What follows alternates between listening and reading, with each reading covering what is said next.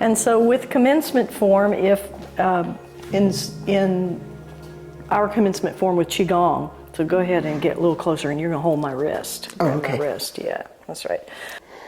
Resist me, don't let me push you back. Okay. All right, so if I try to do it with my arms only, you know that she's gonna be able to overcome me.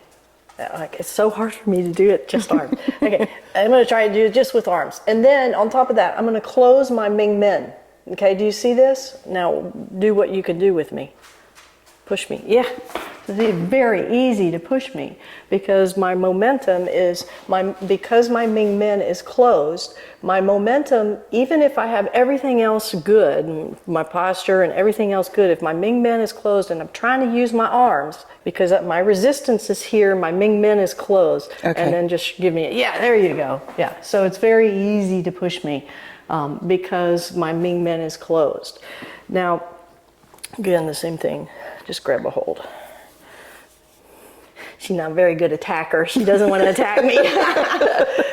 Okay, and we haven't rehearsed any of this. We haven't even practiced and tried this, so I don't know what's going to happen.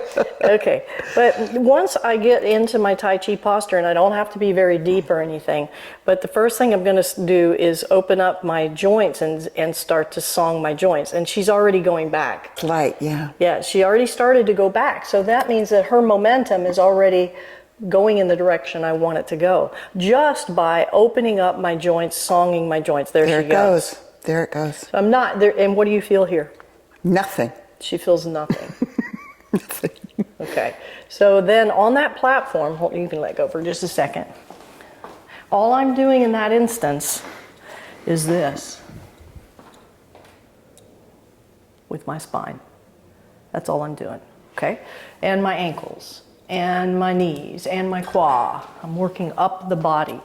And it had that impact on her. I'm not thinking about here, and I'm not fighting her here. I'm just pumping up or opening up all my joints, and there she goes. Now she's on to me, so she's resisting a little bit. Now what I'm going to do is, there you go. Now all I'm going to do is just feed that resistance into my low back. There I go. And there she goes. She was resisting me just as much as before. But because I'm redirecting my mind and the force and receiving it into my body, it's like I'm spreading it out, and then it builds my frame, and I become very comfortable on her force, and then I'm able to move her without having to do very much at all. It's not much work. It's effortless instead of effortful. And so when you do commencement form, I want you to be imagining or in practice it with somebody that they've got a hold of you, and the instinct is to do this and stiffen and resist it. So don't, just redirect your mind and open up your joints. Yeah, and then this time I sent energy. I sent energy through her, and so that time I didn't even have to do much with my low back. Yeah. Yeah. I promise you, she's not. Well, you can tell them. Are you faking this? No, not at all. Not at all. And we didn't practice it beforehand or anything like that. Okay, so just the simplest movement, commencement form. If you imagine the other half of the circle. That's the thing, is when we're just doing solo practice, if you're, the more you put these internal things into it, the more it becomes in context. If we're just doing this and that's it, and we're just moving our arms, and maybe everything feels good and is intact, but that extra piece of having the other force, now we have a full circle instead of a half a circle.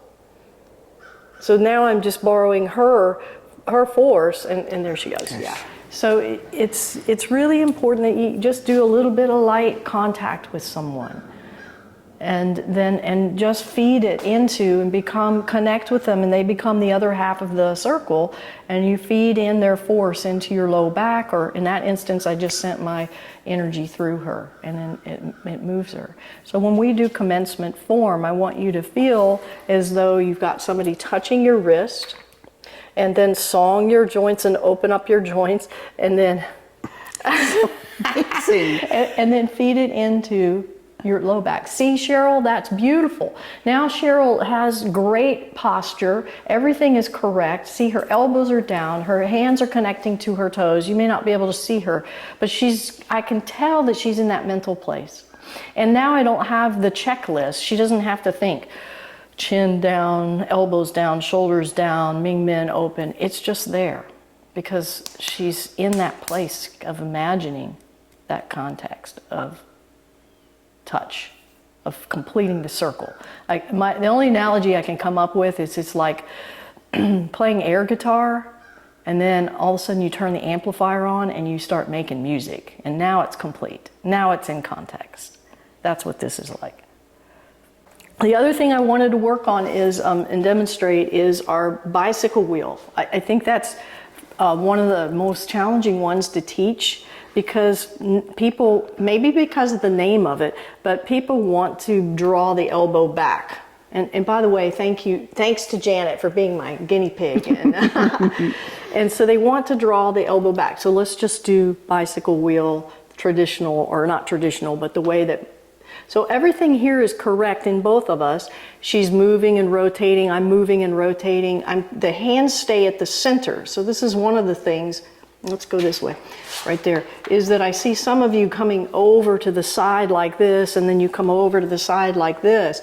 Well, that just gets everything cattywampus. We want it in the center. Your body is rotating like that. Okay, now what tends to happen is the hand that's drawing back, this one, pull with it.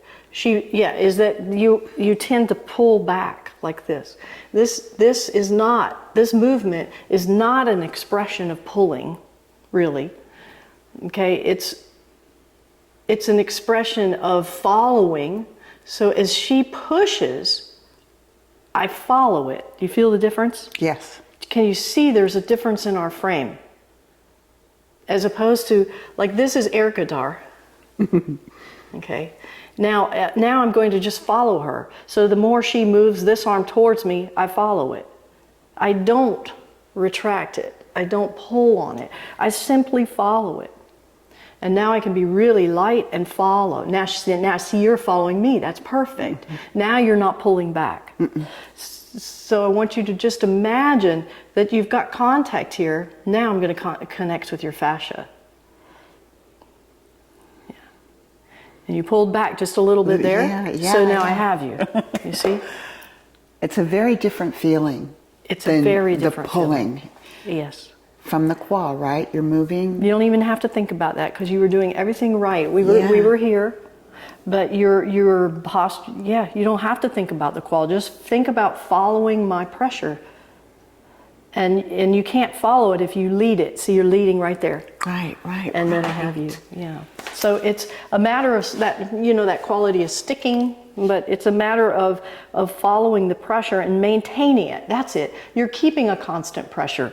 If this was a color, let's call it blue, we want to keep it the same opacity of blue. So right here now it became light blue. Right. Okay, so you want to keep in contact with the person, and now that's light blue. Now it's pulling back a little bit. Yeah, there you go. So to push a little bit. Yeah. Put there. Now push here. Don't withdraw it. Yeah, that's it. Okay, so it's a forward expression. Thank you. That was perfect.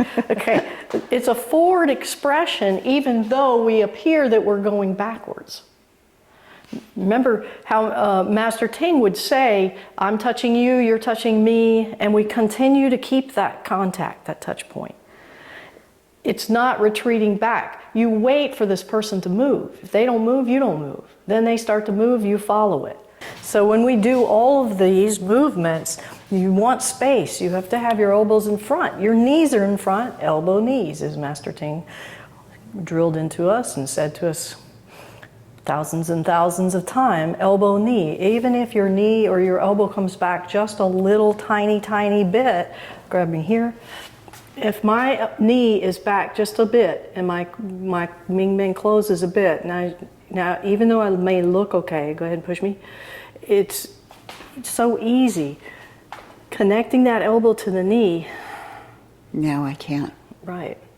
and then I Just could actually from send that her. connection of the knee. And to- all that connection and just a little forward expression of the elbows and the knees. And I think the most challenging form to do that is actually the bicycle, because we have this feeling that we're retreating it, but we're not retreating it. Okay? Song. Whoop, your joints.